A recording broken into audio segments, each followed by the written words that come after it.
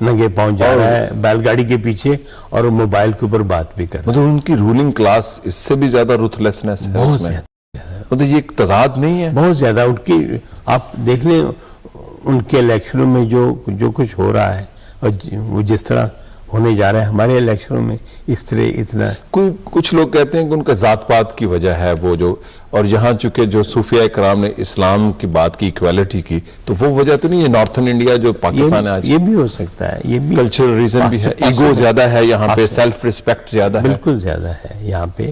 اور یہاں پہ ہمارے جو لوگ جاتے ہیں نا وہاں پہ انڈیا میں تو ان کو پہچانے جاتے ہیں، ان کی چال، کہ یہ پاکستان سے ہے، صاف ستھرا. ان کی باڈی لینگویج بتا رہی ہوتی ہے کہ وی آر پاکستانی. میں نے وہاں جب پہلی دفعہ گیا ہے انتظار حسین کے ساتھ نظام الدین اولیاء کے مزار پہ وہاں پہ دلی میں ایز ڈیلیگیشن گئے تھے، تو وہاں پہ میں پاجامہ پہنے ہوئے تھے چونکہ اس زمانے میں بہت زیادہ تھی یہ تعصب پایا جاتا تھا. کشمیر کا معاملہ بہت چل رہا تھا تو ہم نے پاجامے پہنے ہوئے تھے. تو میں پاجامے کرتے کے ساتھ جا کے تو میں نے رکشے والے سے بیٹھ کے میں نے کہا سردار جی وہ چلنا ہے جامعہ ملیہ چلنا ہے. کہنا پاکستان میں آئے ہو؟ وہ تو انہوں نے پاجامے میں پہچان لیا. پاکستان میں آئے ہو؟ میں کہا تمہیں کیسے پتہ چلا؟ کہنا لالے سانو سردار نہیں کہندے. تو اس طرح میں نے صرف لینگویج سے نہیں، لینگویج میں نہ بھی پہنتا تو نہ کہتا تو انہوں نے جو میرے پیجامہ تھا اس کے لٹھے سے مجھے پہچان لینا تھا کہ یہ پاکستان سے آیا ہے. اچھا منو بھائی جی، واپس آتے ہیں پاکستان کی پالیٹکس پہ. یہ ایک بڑی فضا تھی کہ جی فیبری 2008 کے بعد کہ جی پاکستان میں اب ایک مفاہمت کا جو سا جذبہ ہے پولیٹیکل پارٹیز میں، پھر وہ کانفلکٹ بھی بنا، پھر کوئی سیٹل ڈاؤن ہوا پنجاب اور مرکزی حکومت کے درمیان. آپ کس تھاٹ کو سپورٹ کرتے ہیں؟ کچھ لوگ کانفلکٹ تھیوری پر زندہ رہنا چاہتے ہیں، آپ یہ چاہتے ہیں یا سمجھتے ہیں کہ پاکستان کی بقا اس میں ہے کہ پنجاب کی حکومت اور مرکز کی حکومت آپس میں کوآپریٹو رہے؟ صرف پاکستان کی نہیں، یہ ساری دنیا میں اس وقت چل رہا ہے. اچھا. پوری دنیا میں مفاہمت اور مصالحت کی پالیٹکس چل رہی ہے، یہ کانفلکٹ کی. یا لیکن دنیا میں تو میڈیوکر کام بھی چل رہا ہے نا، وہ بھی چل رہا ہے، انٹلیکچوئل لیڈر پولیٹیشین میڈیوکر آئے ہوئے ہیں. وہ بھی چل رہا ہے. لیکن یہاں پہ آپ دیکھو نا کہ ہمارے جو 62 سال ہیں قومی زندگی کے، ان میں سے 35 سال جو ہے براہ راست فوجی حکومت کے.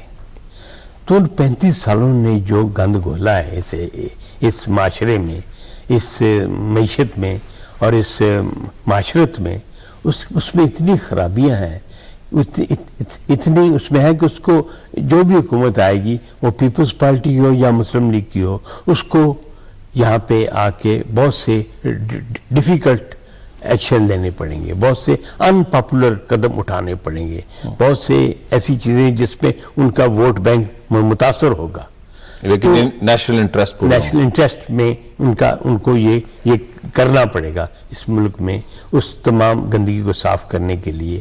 تو اس میں ہو سکتا ہے کچھ پارٹیاں اس میں حصے دار نہیں بننا چاہیں گی، یا یہی چاہیں گی کہ آصف علی زرداری جو ہے یہ ساری بدنامی ان کے یا ان کی پارٹی کے نام آئے، تاکہ جو مڈ ٹرم الیکشن ہے وہ قریب آ جائے. لیکن آصف علی زرداری تو حیران کر رہے ہیں لوگوں کو. وہ حیران بھی کریں گے، ابھی ان کے پاس حیران کرنے کے اور بہت سے لگتا ہے کہ ہوں گے ان کے پاس ہتھیار حیران کرنے والے، مواقع بھی ہوں گے.